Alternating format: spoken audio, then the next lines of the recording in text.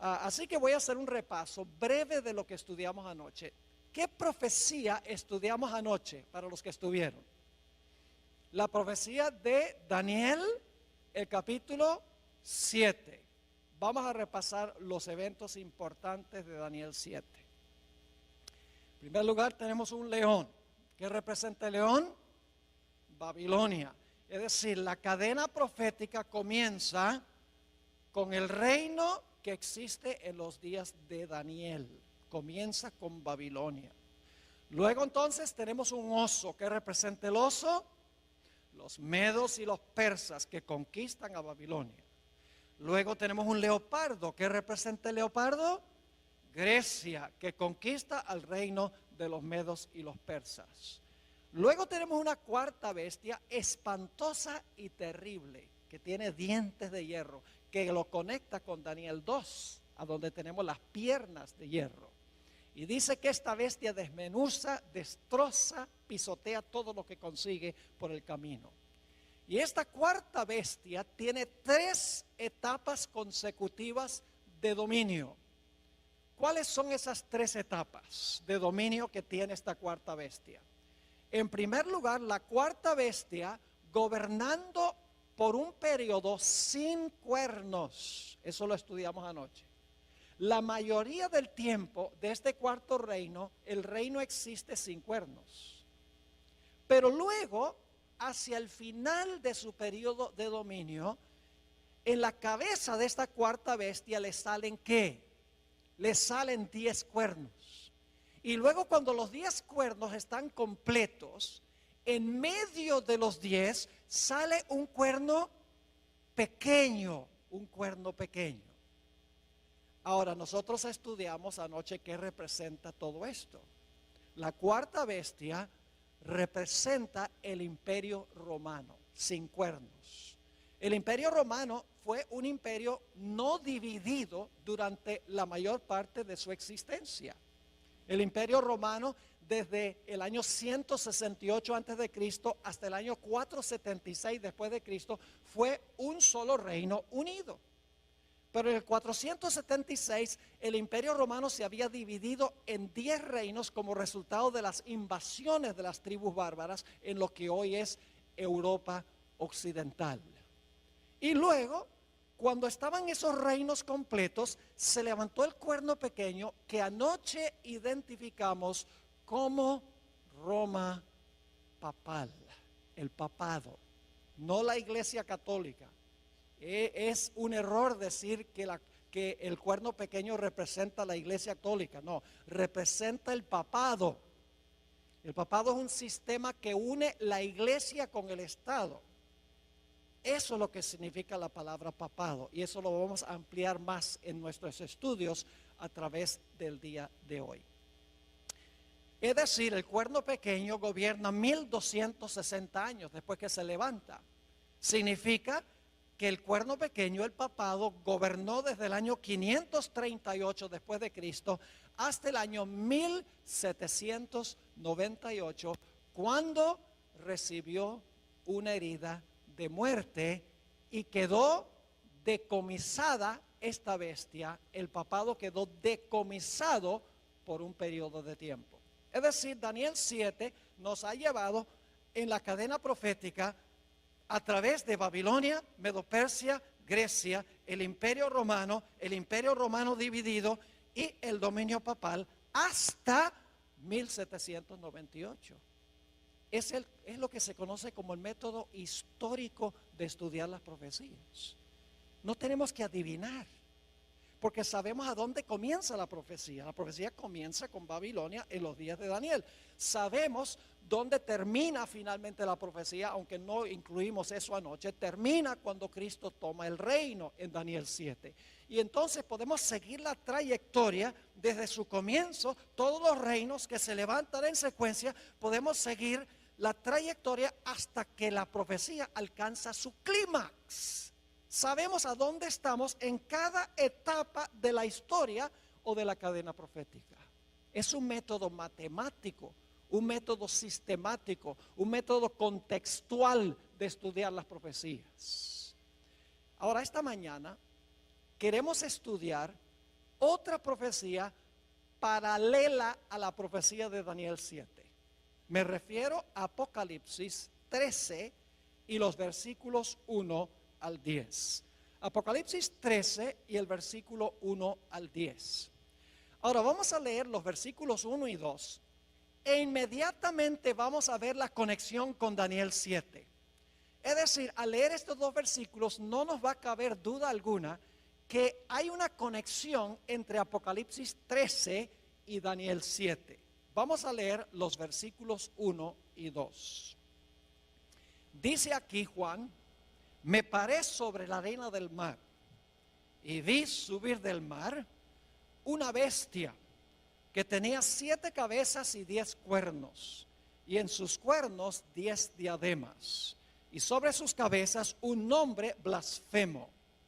Y la bestia que vi era semejante a un leopardo, y sus pies como de oso, y su boca como boca de león, y el dragón le dio su poder y su trono y grande autoridad. ¿Cuántas bestias se mencionan aquí en el versículo 2? 4. ¿Se dieron cuenta o no? ¿Hay un león, sí o no? Sí. ¿Hay un oso? ¿Cómo no? ¿Hay un leopardo? ¿Hay una bestia espantosa y terrible? ¿Qué se le llama? ¿El qué? El dragón. ¿Cuántos cuernos tenía este dragón de Apocalipsis 13? Hay que regresar al capítulo 12, a donde habla de un dragón que trata de matar a un bebé y dice que ese dragón tiene 10 cuernos. Es decir, este dragón tiene 10 cuernos como el dragón de Daniel el capítulo 7.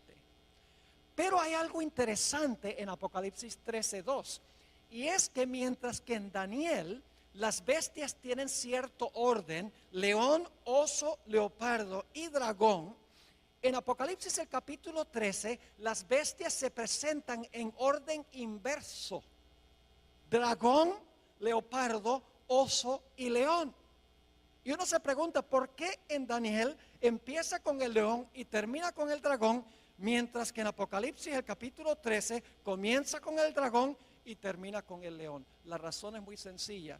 Daniel está viviendo en el periodo del león y está mirando hacia adelante, mientras que Juan está viviendo en el periodo del dragón, el imperio romano, y está mirando hacia atrás. Esto demuestra claramente la trayectoria profética. Ahora, hay un punto crucial que quiero recalcar, y es que la bestia de Apocalipsis 13 representa lo mismo que el cuerno pequeño. Esa es una premisa básica. El cuerno pequeño y la bestia representan el mismo poder. Y ustedes dirán, pastor, ¿cómo sabe usted que el cuerno pequeño y la bestia representan el mismo poder?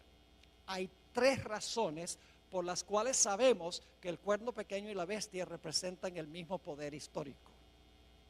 La primera razón es que el cuerno pequeño y la bestia están en el mismo punto de la secuencia. En Daniel 7 tenemos león, oso, leopardo, dragón, 10 cuernos, cuerno pequeño. Mientras que en Apocalipsis el capítulo 13 tenemos también león, oso, leopardo, dragón, 10 cuernos, bestia. Es decir, la bestia se encuentra en la misma secuencia, en el mismo lugar en la secuencia que el cuerno pequeño. Así que como se encuentra en el mismo lugar en la secuencia o en la cadena profética, sabemos que el cuerno pequeño y la bestia representan el mismo poder. Es decir, en primer lugar sabemos que la bestia y el cuerno pequeño son el mismo poder porque están en el mismo lugar en la cadena profética. Hay una segunda razón. La segunda razón es que el cuerno pequeño y la bestia desempeñan las mismas actividades, tienen las mismas características. Ustedes recuerdan que el cuerno pequeño dice que persiguió a los santos del Altísimo. Dice también que el cuerno pequeño habló blasfemias contra el Altísimo y pensó que podía cambiar ¿qué? La ley de Dios. Ahora en Apocalipsis 13, si van conmigo, Apocalipsis 13 y el versículo 7, fíjense lo que se dice de la bestia. Dice, y se le permitió hacer guerra contra los santos y ¿qué? Y vencerlos. ¿La bestia hizo lo mismo que el cuerno pequeño, sí o no? ¿Persiguieron ambos a los santos? Claro que sí. Ahora noten Apocalipsis 13 y el versículo 5, la primera parte. Dice, también se le dio boca que hablaba grandes cosas y blasfemias. ¿La bestia hablaba blasfemias, sí o no? ¿El cuerno pequeño habló blasfemias? Claro que sí. Es decir, que el cuerno pequeño y la bestia desempeñan las mismas acciones. Ahora ustedes dicen, ¿dónde está en Apocalipsis 13 el cambio de la ley? Aparentemente no aparece en Apocalipsis 13, pero sí aparece. En Daniel 7 dice que el cuerno pequeño pensó que podía cambiar la ley. Y nosotros sabemos que ese cambio en la ley primordialmente fue el cambio del día de reposo del sábado al domingo. Ahora yo pregunto en Apocalipsis 13, ¿qué va a imponer la bestia que se levanta de la tierra? Va a imponer la marca de la primera bestia. La marca de la bestia es el cambio que hizo la bestia ¿en qué? En la ley de Dios. Es decir, al final de la historia, los Estados Unidos, vamos a encontrar, va a imponer la marca, va a imponer el cambio en la ley que hizo el cuerno pequeño durante los 1260 años. En segundo lugar, la razón por la cual sabemos que el cuerno pequeño y la bestia representan el mismo poder es porque desempeñan las mismas acciones. La tercera razón por la cual sabemos que el cuerno pequeño y la bestia representan el mismo poder es que ambos gobiernan el mismo periodo de tiempo. Noten Apocalipsis 13 y la última parte del versículo 5. Dice, también se le dio boca que hablaba grandes cosas y blasfemias, y se le dio autoridad para actuar ¿cuánto tiempo? 42 meses. E inmediatamente alguien dice, ese no es el mismo periodo de tiempo, porque el cuerno pequeño gobernó por tiempos, la mitad de un tiempo. Aquí dice que la bestia gobernó por 42 meses. No es lo mismo. Claro que es lo mismo. Se expresa en forma distinta. Anoche vimos que tiempos, la mitad de un tiempo son ¿cuántos años? 3 años y medio. ¿Cuántos días tiene el año bíblico? 360. ¿Quiere decir que iba a gobernar cuánto tiempo? 3 años y medio por 360 da ¿cuánto? 1260. Ahora, si el año bíblico tiene 360 días, ¿cuántos días tiene el mes bíblico? 30. Y dimos evidencia para eso anoche. Ahora, 42 meses multiplicado por 30 días, cada mes, ¿cuánto nos da? 1260 días. Y por si acaso todavía no lo creen, en Apocalipsis 12 claramente dice que la mujer tuvo que huir al desierto porque estaba siendo perseguida y tuvo que huir por 1260 días. 3 formas de comprobar lo mismo. Tiempo es la mitad de un tiempo, 42 meses y 1260 días. Y días representan ¿qué? Años en las profecías. Así que sabemos por 3 razones que el cuerno pequeño y la bestia son lo mismo. Número 1, están en el mismo lugar en la secuencia o en la cadena profética. Número 2, desempeñan las mismas actividades y tienen las mismas características. Número 3, gobiernan durante el mismo periodo de tiempo. Y ustedes dicen, pastor, ¿por qué está enfatizando tanto que el cuerno pequeño y la bestia son lo mismo? Porque Apocalipsis 13 agrega detalles en cuanto al futuro del cuerno pequeño que no están en Daniel 7. Apocalipsis 13 expande lo que está en Daniel 7. Nos da una etapa final del cuerno pequeño que no se encuentra explícitamente en Daniel el capítulo 7.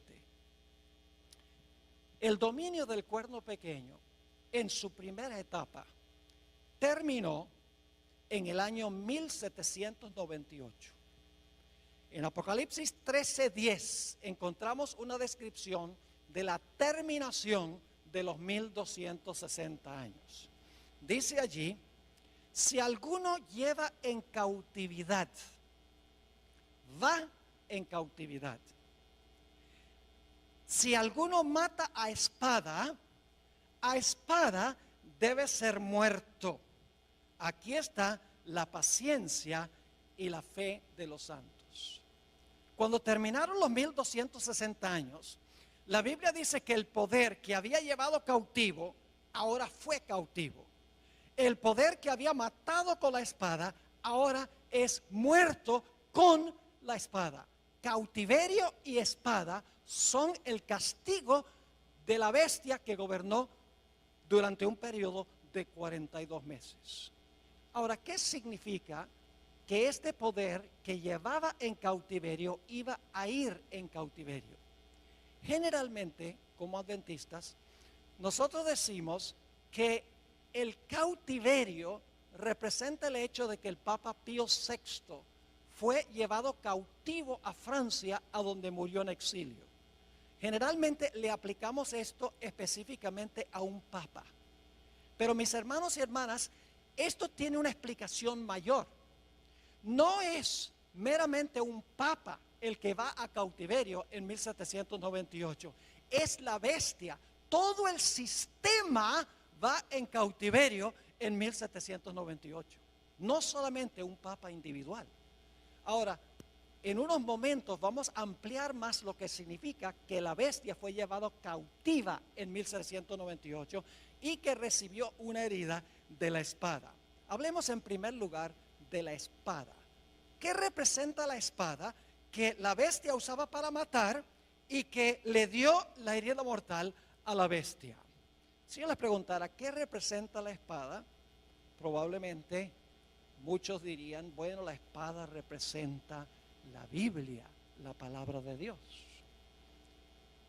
Y en verdad en la Biblia, la espada representa la palabra de Dios. No podemos negar eso. Porque el apóstol Pablo dice en Efesios 6:17 que tomad el yelmo de la salvación y la espada del Espíritu, que es la palabra de Dios. Es decir, en la Biblia la espada puede representar la palabra de Dios, pero aquí en este pasaje no representa la espada la palabra de Dios. La espada que hirió a la bestia no es la Biblia, no es la palabra de Dios. Y usted dice, pero pastor, si claramente Pablo dice que la espada del Espíritu es la palabra de Dios. Escuchen bien, hermanos y hermanas, en la Biblia los símbolos no siempre significan lo mismo. Por ejemplo, si yo les preguntara qué representa un león, ¿qué me dirían? ¿Un león puede representar a Jesús? El león de la tribu de Judá. ¿Puede representar a Satanás? Anda cual león rugiente buscando a quien devorar. ¿Puede representar a Babilonia? ¿Puede representar a Judá, hijo de Jacob? Nada más porque encuentra la palabra león no significa que la palabra león representa lo mismo a través de toda la Biblia. Si yo les preguntara qué representa levadura, ¿qué me dirían? La gente dice pecado, pero no solamente representa el pecado, porque en la parábola que dio Jesús de la levadura, donde se coloca la levadura en la masa y la masa crece, la lección de Jesús es que cuando el Espíritu Santo está en la iglesia crece. Es decir, levadura ahí no significa pecado. No podemos creer que cuando se coloca el pecado en la iglesia crece. No, cuando se coloca el Espíritu Santo, la iglesia crece. Otro ejemplo, la expresión hijos de Dios. Algunas personas dicen, en el libro de Job dice que vinieron a presentarse los hijos de Dios delante de Jehová, entre los cuales vino Satán. Claramente son ángeles. Así que dicen, en Génesis 6, cuando dice que los hijos de Dios vieron que las hijas de los hombres eran hermosas, entonces esos fueron ángeles que cohabitaron con mujeres humanas. ¿Han oído esa interpretación? Y luego produjeron un híbrido que era parte ángel y parte ángel caído y parte humano. Pero lo que están haciendo es cometiendo el error de decir que la expresión hijo de Dios significa lo mismo en todos los contextos. Yo pregunto, la expresión hijo de Dios puede significar otra cosa en otros contextos. Nosotros somos hijos de Dios. Mirad cuál amor nos ha dado el Padre, que seamos llamados hijos de Dios. Entonces todos somos angelitos. No, la expresión hijos de Dios varía de acuerdo al contexto en el cual se encuentra. Así que cuando aquí dice que la espada hirió a la bestia, nada más porque Pablo dice que la espada del Espíritu es la palabra de Dios, no significa que aquí la espada representa la Biblia o la palabra de Dios. Aquí la espada no puede representar la palabra de Dios. Y usted dice, ¿por qué no? Escuchen bien. Dice que la bestia usaba la espada para matar. Yo pregunto, ¿el papado usaba la Biblia para matar a la gente? ¿El papado usaba la Biblia para matar a la gente? No. Así que podemos saber que esta espada que hirió a la bestia no puede ser la Biblia, porque dice que la espada que la bestia usaba para herir es la misma espada que le iba a dar la herida mortal.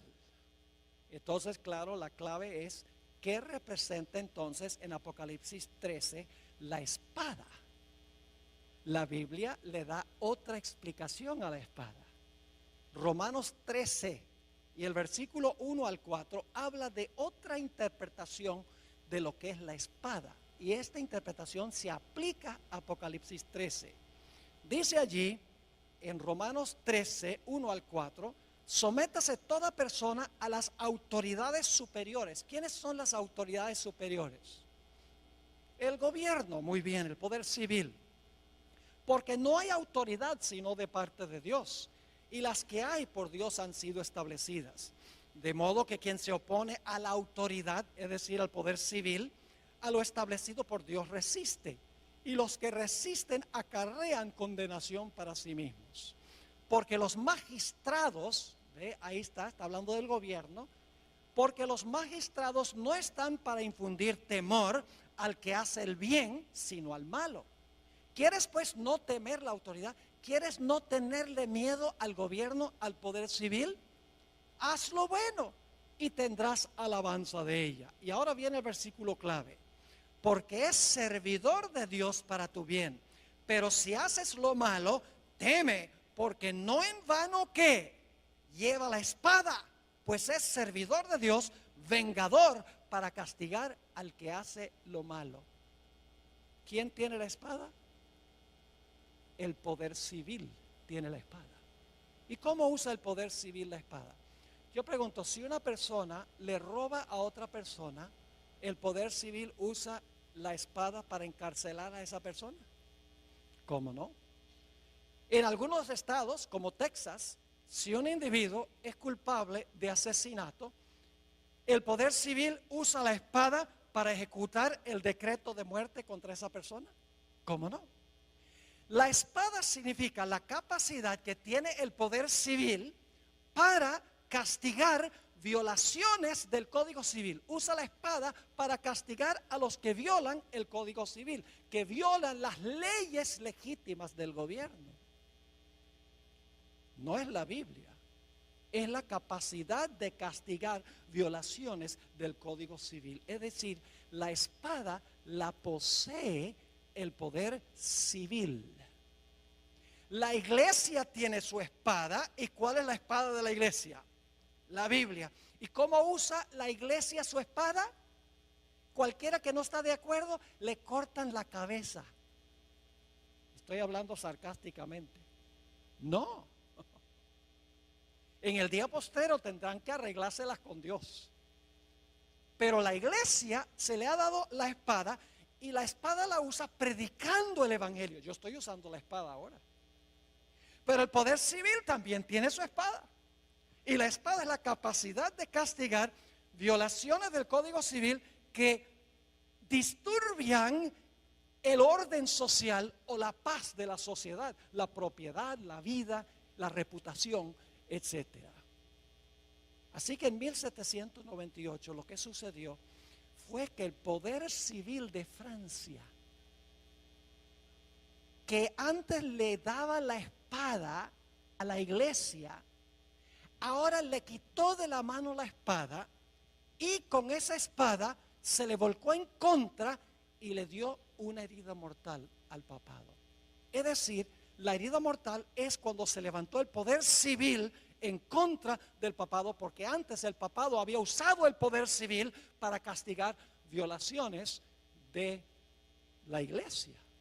Cualquiera que no estaba de acuerdo con lo que enseñaba la iglesia decía al poder civil: mira, toma tu espada y castiga a esa persona, échalo a la cárcel, o incinéralo, o ponlo en la cárcel, o tortúralo. eso es lo que hacía la iglesia, usaba la espada del poder civil para castigar violaciones religiosas. Pero en 1798 Francia le quitó la espada a la iglesia católica, a la iglesia romana, le dijo: ya no vas a usar más la espada para perseguir.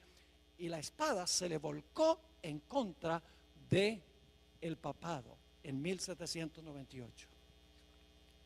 También dice la profecía que el que llevaba en cautiverio iba a ir en cautiverio. El papado llevaba en cautiverio a toda la gente. Pero dice que este sistema iba a ir como, iba a ir cautivo. Ahora, ¿qué significa que iba a ir cautivo este sistema? Necesitamos regresar al tiempo cuando las tribus bárbaras estaban invadiendo el Imperio Romano. Cuando estas naciones bárbaras vinieron del norte del imperio y empezaron a parcelarse lo que hoy es el Imperio Romano, lo que había sido el imperio occidental, el imperio que quedaba en Europa, las naciones donde está en Europa hoy, esa región se convirtió en un caos. No había emperador, no había quien pusiera ley, quien pusiera orden. Y por lo tanto, las tribus bárbaras le pidieron al obispo de Roma, que su religión se había proliferado por todo el imperio para ese tiempo, le dijeron: ¿por qué no pones tú la ley y el orden aquí en el imperio? Porque todo está en caos. Y de esa manera el obispo de Roma, que hoy conocemos como Papa, no solamente comenzó a gobernar en cosas religiosas, no solamente era el líder de la iglesia, sino que también se convirtió en el líder civil. Ahora, antes de que el papado ascendiera al trono temporal, el papado estaba atado, es decir, la bestia estaba atada y no podía desempeñar sus acciones. Pero cuando se quitó la restricción del imperio y el papado pudo subir al trono temporal, el papado ahora quedó libre para perseguir y desempeñar las acciones que dice la profecía. Es decir, lo que significa que este poder estaba atado, significa que los poderes civiles están en función y por lo tanto, estando los poderes civiles en función, el papado no puede dominar en asuntos civiles. El quitar la restricción significa que ahora los poderes civiles le rinden su apoyo al papado para que el papado pueda desempeñar sus funciones. Quiero leerles un par de citas de un cardenal de la Iglesia Católica, Enrique Eduardo Manning, a donde él explica lo que acabo de describir. Dice lo siguiente: cuando las tribus bárbaras, y yo no sé si vamos a tener esto en la pantalla para que la gente pueda ver esta cita, tal vez no la vamos a tener, pero voy a leerlo de todas maneras. Dice que cuando las tribus bárbaras invadieron el imperio, escuchen bien, los pontífices se hallaron solos porque ya no había emperador. Como la única fuente del orden, la paz, la ley y la seguridad. Es decir, cuando los bárbaros invadieron, ahora como no había emperador, no había ley ni orden, dice que el único que podía mantener un poco el orden eran los obispos, es decir, el obispo de Roma, los que llamamos papas hoy, los pontífices. Y ahora escuchen cómo se describe esto. Y desde la hora de esta liberación providencial, ¿qué necesita usted hacer para liberar a alguna persona? La persona tiene que estar ¿qué? La persona tiene que estar cautiva, ¿verdad? Si se va a librar es porque está cautiva. Es decir, cuando el Papa asciende, dice esto, para establecer orden en el imperio, no solamente religioso, sino civil, dice, desde la hora de esta liberación providencial, cuando por intervención divina se le cayeron las cadenas de las manos al sucesor de Pedro. Es decir, cuando ahora el papado no solo gobierna en asuntos religiosos, sino en asuntos civiles, dice que se le caen las cadenas de las manos al sucesor de Pedro, porque antes estaba ¿qué? Encadenado. como una vez habían caído de las suyas, ningún soberano ha reinado en Roma, sino el vicario de Jesucristo. En otra cita, Manning dice lo siguiente: el papado esperó hasta el momento propicio en que Dios rompiera sus ¿qué? ¿En qué condición estaba el papado antes de ascender al poder civil, de usar el poder civil? ¿Estaba qué? Atado. Dicho sea de paso, aquí tenemos que entender 2 Tesalonicenses 2, donde dice que había uno que detenía para que no se manifestara el hombre de pecado. ¿Lo han leído? ¿Qué era lo que detenía al papado para que no pudiera manifestarse? El poder civil de Roma. Mientras el poder civil de Roma estaba, el hombre de pecado estaba ¿qué? Atado. Cuando es quitado del medio el poder civil y ahora el papado gobierna, ahora es ¿qué? Librado. ¿Están entendiendo o no? Ahora dice, el papado esperó hasta el momento propicio en que Dios rompiera sus ataduras y lo librara de la sujeción a los poderes civiles. ¿De qué es la liberación del papado? Son librados de sujetarse ¿a qué? A los poderes civiles, colocándolo así sobre el trono como dueño de su propia soberanía temporal. En 1798 lo que sucedió fue que la espada del poder civil de Francia, donde antes Francia usaba la espada para defender a la iglesia, el gobierno francés dijo, le quitó la espada y dijo, ya no te vamos a prestar la espada. La espada se levantó en contra del papado, le dio la herida mortal. Y en vez del papado ahora estar libre de ejercer dominio temporal, ahora el gobierno francés y nación tras nación en Europa le pone restricciones, no dejan que la iglesia use el poder civil y por lo tanto se le ponen otra vez las esposas a este sistema y queda encarcelado. Yo pregunto, ¿qué tendría que suceder para que este poder recupere su libertad y se sane de su herida? ¿Qué tendría que pasar? Tendría que recuperar el apoyo de la espada ¿qué? Del poder civil. Y tendría que permitir las naciones del mundo que este poder los use de nuevo y entonces el papado ya no estaría restringido, sino que estaría ¿qué? Libre. Eso fue lo que sucedió en 1798. La iglesia quedó atada en el sentido de que ya no podía usar los poderes civiles. Recibió la herida mortal de la espada porque la espada ya no se prestó para ser usada por la iglesia para perseguir a aquellos que no concordaban con ella.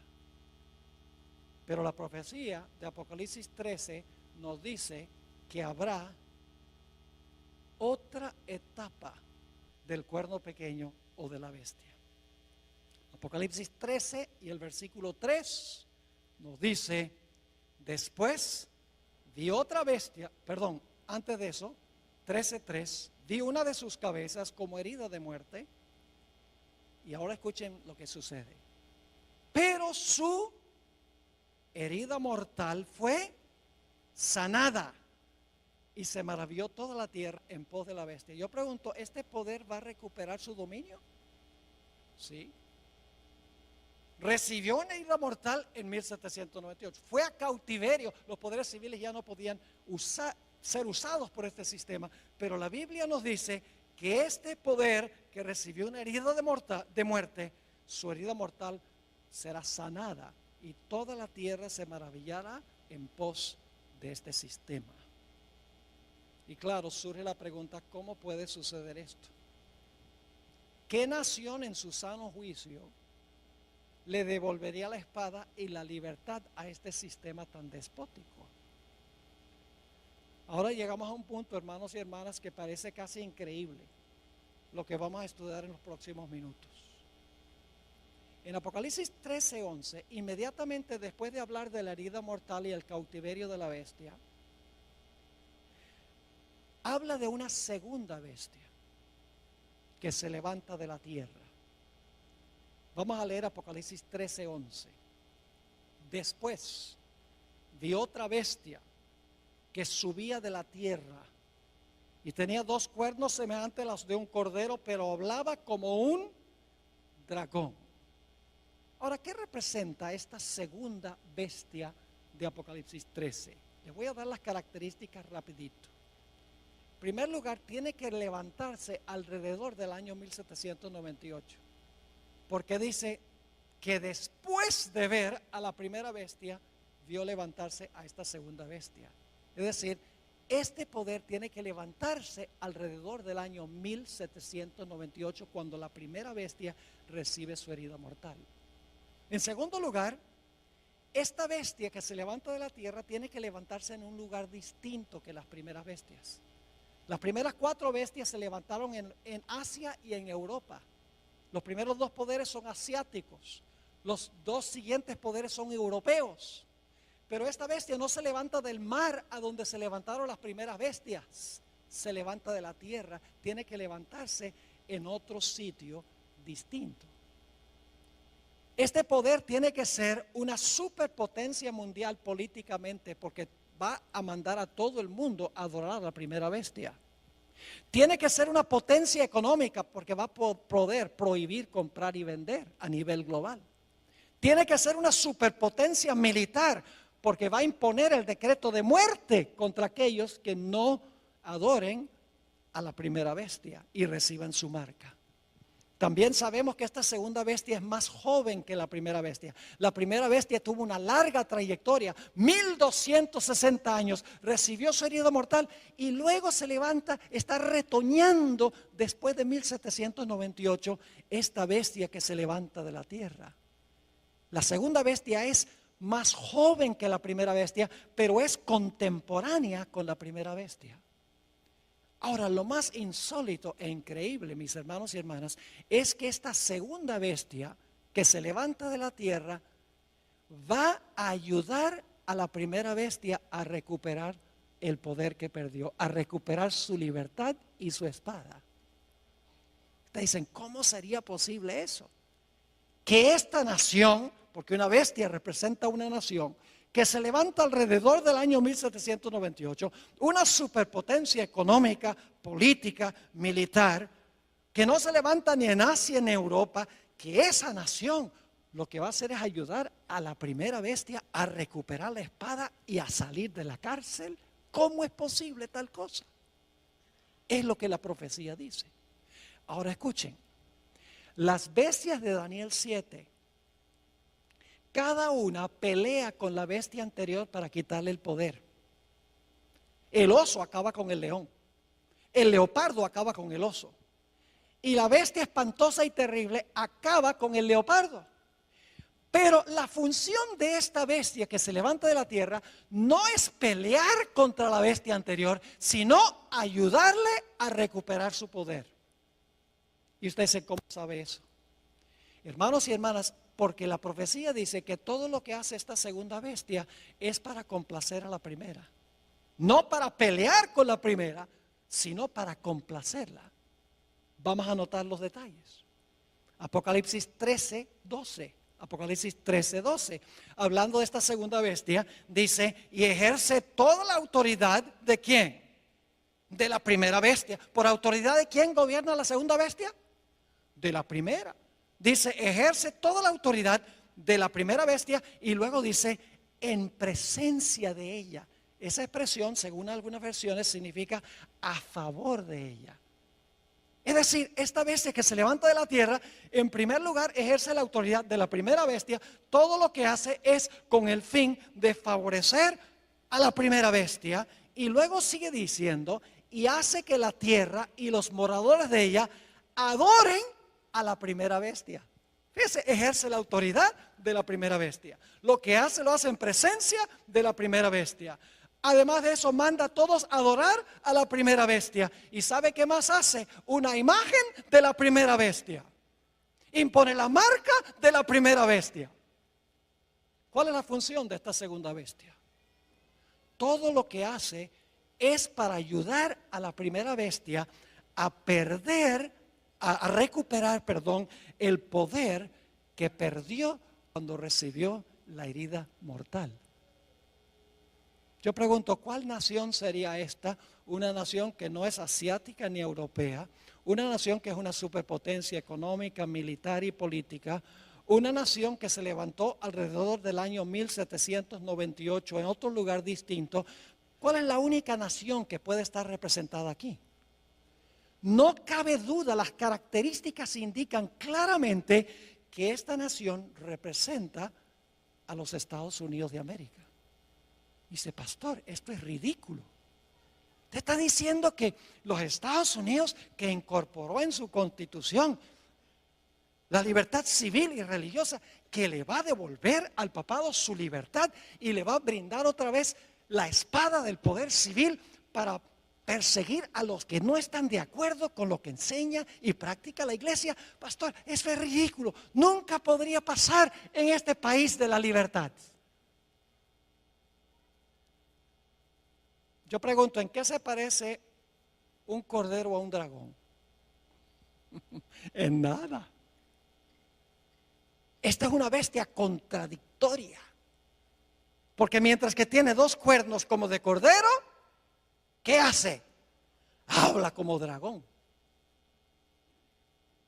Ahora necesitamos dedicar unos minutos a hablar de la característica principal que yo veo aquí que necesitamos entender.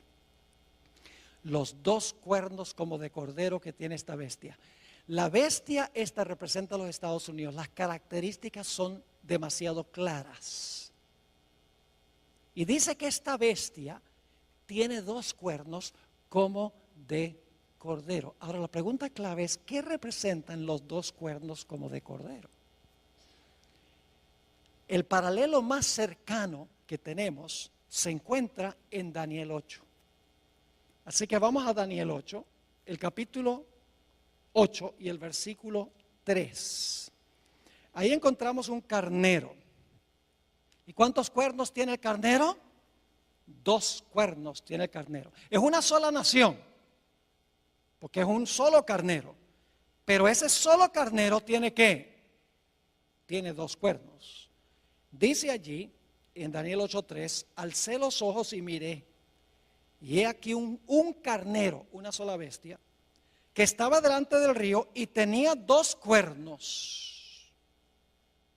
Y aunque los cuernos eran altos, uno era más alto que el otro y el más alto creció después. Así que quiero que se imaginen un carnero, que es un cordero macho. El carnero tiene dos cuernos, una nación con dos cuernos. Ahora la pregunta clave es, ¿qué representan los dos cuernos? Los dos cuernos representan dos reinos en esa misma nación. Noten el versículo 20. El versículo 20 tiene la explicación. Dice, en cuanto al carnero que viste, que tenía dos cuernos, estos son los reyes ¿de qué? De Media.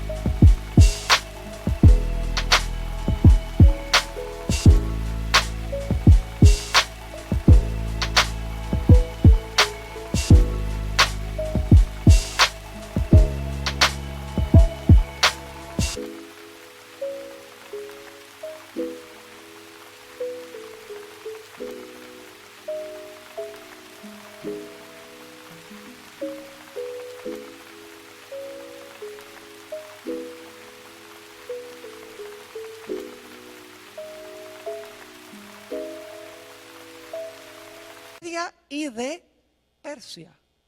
Era una nación que se componía de dos reinos. Entonces yo pregunto, ¿qué representan los dos cuernos como de cordero? Tiene que ser una sola nación porque es una sola bestia. Pero como tiene dos cuernos como de cordero, debe ser una nación que se compone de dos ¿qué? De dos reinos, porque los cuernos representan reinos. Usted no puede decir que los 10 cuernos en la cabeza del dragón son reinos. Y los dos cuernos aquí en la cabeza del carnero son reinos. Pero en Apocalipsis 13, entonces los dos cuernos no son reinos. cuernos en cabeza de bestia son reinos. Es decir, esta bestia de Apocalipsis 13 es una sola nación, una sola bestia, pero en esa nación existen lado a lado dos reinos. Y lo importante que queremos notar es que son dos cuernos como de cordero.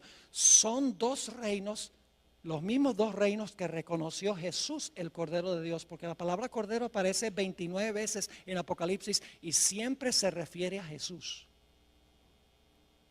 Es decir, los dos cuernos representan los dos reinos que reconoció Jesús, el Cordero de Dios. E inmediatamente nos preguntamos, ¿cuáles dos reinos reconoció Jesús, el Cordero de Dios? La Biblia lo dice. Mateo 22, versículo 19 al 21. Mateo 22 y el versículo 19 al 21. Aquí Jesús claramente dijo que representan los cuernos. Le traen una moneda del tributo a Jesús y le dicen, ¿debemos devolverle los taxes a César, sí o no? Y fíjense lo que dice Jesús: mostradme la moneda del tributo. Y ellos le presentaron un denario. Entonces le dijo, ¿de quién es esta imagen y la inscripción? Es decir, la cara de quién y el nombre de quién está en esta moneda. Le dijeron, de César. Y les dijo, dad pues a César lo que es de César y a Dios lo que es de Dios. ¿Cuántos reinos reconoció Jesús, el Cordero de Dios? Dos. El de César sería el poder, ¿qué? Civil. Y el de Dios sería lo que llamamos la iglesia. Es decir, los dos reinos que reconoció Jesús es el reino de la iglesia y el reino del Estado. ¿Deben estar juntos o separados? Separados. Por ejemplo, ¿qué obligación financiera tenemos nosotros con la iglesia? El diezmo. ¿Y qué obligación financiera tenemos con el poder civil? Los impuestos. Yo pregunto, ¿sería apropiado que la iglesia le dijera al poder civil, mira, danos un porcentaje de los taxes? No. ¿Sería lícito que el poder civil le dijera a la iglesia, tiene que devolverme un 20% del diezmo? No. Cada reino funciona en su propia esfera, separado uno del otro. Es una sola nación, los Estados Unidos, pero en esa sola nación existen dos reinos, la iglesia y el poder civil. Y ¿saben algo? Yo vivo en los Estados Unidos y soy ciudadano de dos reinos. Yo soy ciudadano de los Estados Unidos porque nací en Wisconsin. Y soy ciudadano de la iglesia también porque me bautizó y soy miembro de la iglesia adventista del séptimo día. En una misma nación pertenezco a dos reinos, la iglesia y también el Estado. ¿Están entendiendo lo que significan los dos cuernos? Representa el hecho de que en una sola nación, los Estados Unidos, va a existir la idea de dos reinos separados uno del otro.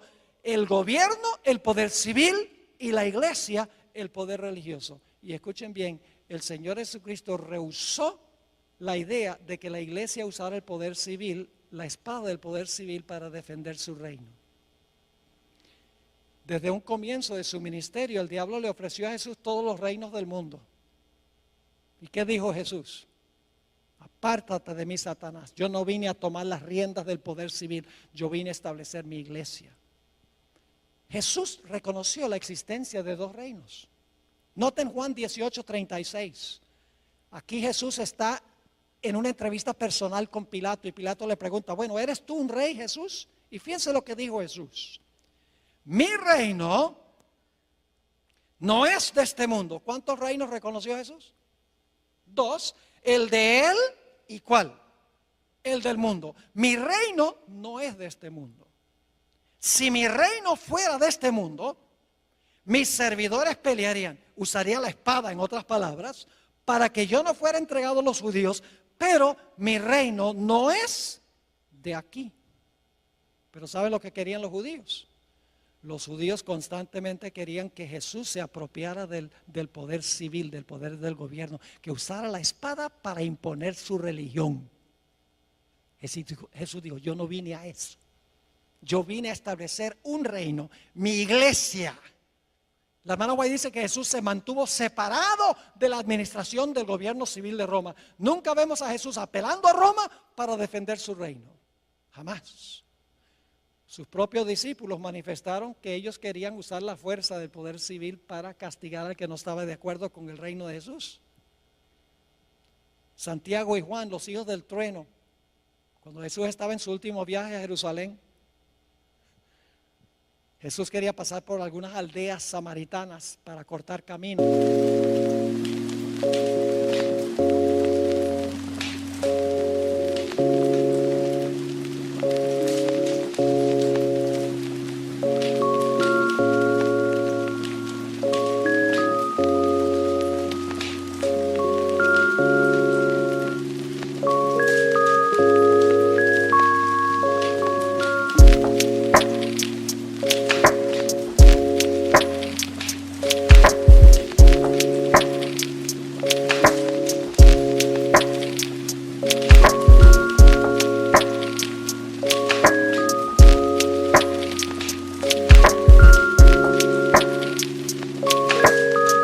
Jerusalén y pidió permiso y las aldeas dijeron, no puedes pasar por aquí. Santiago y Juan se indignaron y le dieron a Jesús, ¿cómo se les ocurre a esas aldeas decirle no a nuestro Mesías? ¿Quieres que llamemos fuego del cielo y quememos esas ciudades? Querían usar la fuerza para imponer su religión. Cuando Jesús alimentó a los 5,000, Judas, el cabecilla, revolvió a la muchedumbre para que tomaran a Cristo y lo hicieran rey. La Biblia dice que Jesús se fue, no había venido para ser rey. Y cuando Jesús estaba en Getsemaní y vinieron a arrestar a Jesús, el apóstol Pedro saca la espada y le tira un zarpazo al siervo del sumo sacerdote y le cortó la oreja. Y créame, no le estaba tratando de cortar la oreja, le quería cortar la cabeza, pero le falló la puntería, porque era pescador y no soldado. ¿Y qué le dijo Jesús? Bien hecho, Pedro. Y le dijo a los otros discípulos, tomen ustedes también la espada, defiendan mi reino. No. Jesús dijo algo muy parecido a lo que leímos en Apocalipsis. Dijo, guarda tu espada en su lugar, porque el que mata la espada, a espada será muerto. Apocalipsis 13:10 está en los evangelios. Señor Jesucristo no vino a este mundo para establecer su reino usando la espada del poder civil. Pero yo pregunto, después de algunos siglos, ¿qué hizo la iglesia? La iglesia se tornó apóstata porque ascendió al trono, fue librado de los poderes civiles y ascendió ahora para gobernar, salió de la cárcel, fue librado y ahora gobierna en asuntos civiles y usa la espada del poder civil para imponer su religión. Eso pasó en los días de Constantino. En adelante la iglesia se tornó apóstata. Y el reino que Jesús había rechazado, ahora el obispo de Roma dijo, yo lo acepto. ¿Están entendiendo lo que significa la liberación de este sistema? Lo que significa el tomar la espada. Mis hermanos y hermanas, lo que sucedió en 1798 fue que el poder civil le quitó el apoyo de la espada al papado. Dijo, ya no nos vas a usar más. Y como ya no lo podía usar más, este poder quedó cautivo, quedó amarrado. El mismo libro de Apocalipsis explica qué significa estar atado o estar librado. Permítame mencionar brevemente eso y luego terminamos. Yo pregunto, ¿el diablo hoy en día está suelto causando desastres? ¿Por qué puede Satanás hoy en día causar tantos desastres? Porque él tiene gente que lo apoya, ¿sí o no? Mientras tiene sus gentes, primordialmente los reyes de la tierra, está libre. Pero ¿qué sucede en la segunda venida de Jesús? Todos los que lo apoyan, ¿qué? Van a quedar muertos. Y como resultado, ¿qué va a pasar con Satanás? Dice que desciende un ángel del cielo con una gran cadena en su mano y lo amarra y lo echa en la prisión. Cuando Satanás no tiene quien lo apoye, está atado. Pero yo pregunto, ¿después del milenio va a ser desatado? ¿Qué significa el hecho de que va a ser desatado? Significa que ahora todos los impíos van a ¿qué? a resucitar. Ahora tiene quien los apoye. Y por lo tanto dice, será soltado de su prisión. Cuando el papado tenía el apoyo de los poderes civiles, estaba ¿qué? Libre para hacer sus acciones que menciona la Escritura. Pero cuando recibió la herida mortal, cuando perdió el apoyo del poder civil, ¿qué sucedió? Quedó ¿qué? Atado. Pero yo pregunto, ¿va a llegar el momento en que va a ser desatado? Sí, cuando los poderes civiles le brinden otra vez su apoyo. ¿Me están entendiendo lo que estoy diciendo? Segundo de Tesalonicenses 2 es un capítulo supremamente importante para entender esto. Mis hermanos y hermanas, Jesús vino solo para establecer un reino espiritual, la iglesia. Y que la iglesia usara la espada del Espíritu, que es la palabra de Dios. Nunca usar el poder civil. Pero la Biblia dice que este poder, el papado, que imperó por 1260 años, su herida mortal se va a sanar. Y no solo Europa, sino todo el mundo se va a maravillar en pos de este sistema. Y yo les digo, yo fui a Filadelfia cuando vino el Papa y les puedo asegurar que lo vi con mis propios ojos. Cómo esta profecía se puede cumplir. Esta tarde voy a compartir un poco más de detalles con ustedes. Jesús vino a implantar los principios de su reino en el corazón del ser humano. Termino con un versículo, dos versículos. Lucas 17, 20 y 21 nos dice por qué Jesús vino. Dice, preguntado por los fariseos, ¿cuándo había de venir el reino de Dios? Y ellos, claro, creían que era el reino de la fuerza. Le respondió y dijo, el reino de Dios no vendrá con advertencia. La palabra significa no vendrá con una exhibición externa de poder. Ni dirán, helo aquí o helo allí. Porque he aquí el reino de Dios está en vosotros. Una mejor traducción que entre es, el reino de Dios está en vosotros. Cristo vino a implantar los principios de su reino en el corazón humano. No vino a tomar las riendas del poder civil para imponer por la fuerza su religión.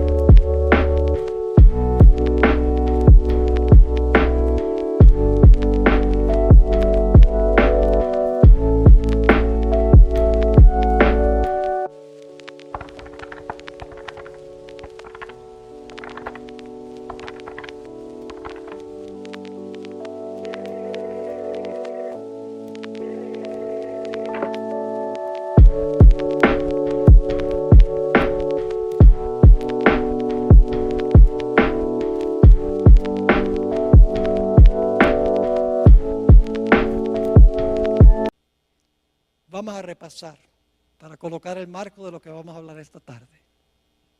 Babilonia, Medo-Persia, Grecia, el Imperio Romano dividido. El papado gobierna 1260 años. Recibe una herida mortal en 1798. Por un tiempo el poder está inactivo, pero mientras ese tiempo inactivo existe, se levanta otra nación.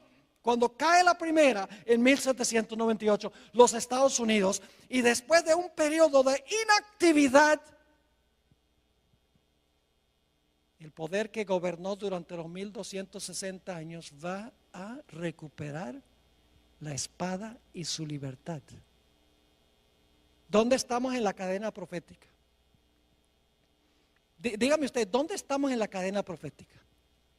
Hermanos y hermanas, nosotros estamos ahora en la terminación del periodo de la herida mortal. El próximo evento, el evento final en la cadena profética, es cuando este sistema recupere la espada y la libertad.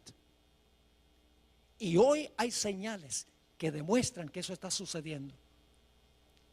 Bajo el pretexto del cambio climático, podría presentarles un tema de 1 hora nada más sobre eso. ¿Han oído ustedes del proyecto 2030 de las Naciones Unidas? Esto no es sensacionalismo, esto lo han puesto en forma escrita.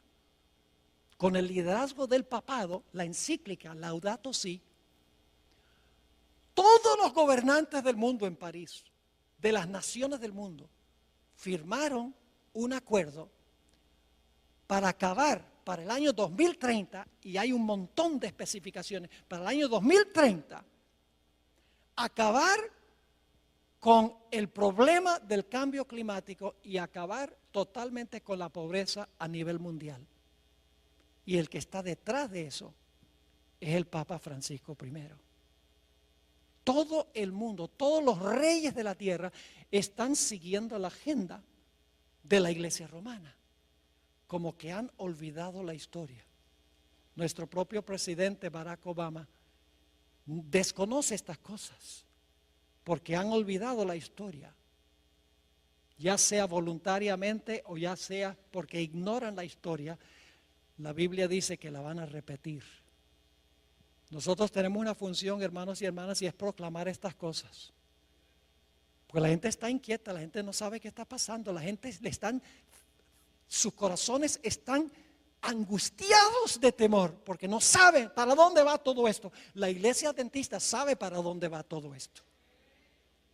Ay de nosotros si nosotros no compartimos este mensaje con la gente que está buscando paz y tranquilidad en su vida. ¿Le quedó claro lo que estudiamos? Gloria a Dios. Ahora esta tarde lo que vamos a hacer en el primer tema, creo que es a las 3 de la tarde, les voy a comprobar, leyendo citas de los fundadores constitucionales de los Estados Unidos, a donde ellos vez tras vez en sus escritos dicen: lo que caracteriza a esta nación es que hay dos reinos, la iglesia y el Estado, separados uno del otro. Lo dice la primera enmienda de la Constitución de los Estados Unidos. Ahí están los dos cuernos como de cordero. En la misma Constitución de los Estados Unidos están los dos cuernos. Y en los escritos de George Washington, está en los escritos de Benjamin Franklin, está en los escritos de James Madison, de Thomas Jefferson, de Juan Adams. Todos se refieren a estos dos cuernos: libertad civil y libertad religiosa, separando la iglesia del Estado. El papado dice: no, lo que tenemos que hacer es unir la iglesia con el Estado. Eso es lo que hace que el papado sea papado. Es que es capaz de unir la iglesia con el poder civil para imponer por la fuerza su religión y sus prácticas. Quiero aclarar que no me estoy refiriendo aquí a las personas que pertenecen, individuos que pertenecen a esta iglesia. Yo creo que usted ama a Jesús, le sirve lo mejor que puede de acuerdo al conocimiento que tiene. Esto no es un ataque contra personas que están dentro de este sistema, que la gente desconoce esto. Pero Dios llama a esa gente a salir de ese sistema una vez que conocen la verdad. Oremos. Padre Celestial, gracias te damos por la claridad de la cadena profética. No tenemos que especular, ni adivinar, ni conjeturar, ni sensacionalizar. Todo está en su orden exacto, como ha sucedido y sucederá. Padre, no es suficiente conocer estas cosas. Necesitas, a través de tu Santo Espíritu, que nuestra vida espiritual se caliente, que sintamos este celo por proclamarle al mundo estas grandes verdades, para que puedan tener una relación más estrecha contigo y puedan formar un carácter a prueba de fuego. Gracias te damos, Señor, por el privilegio de estar en este lugar tan cómodo. Pronto este privilegio terminará. Ayúdanos, Señor, en estos tiempos de relativa prosperidad a aprovechar los privilegios que tú nos concedes y a cumplir nuestra responsabilidad. Gracias, Padre, por habernos acompañado y por acompañarnos esta tarde. Te lo pedimos en el precioso nombre de nuestro Señor y Salvador Jesús. Amén. Amén.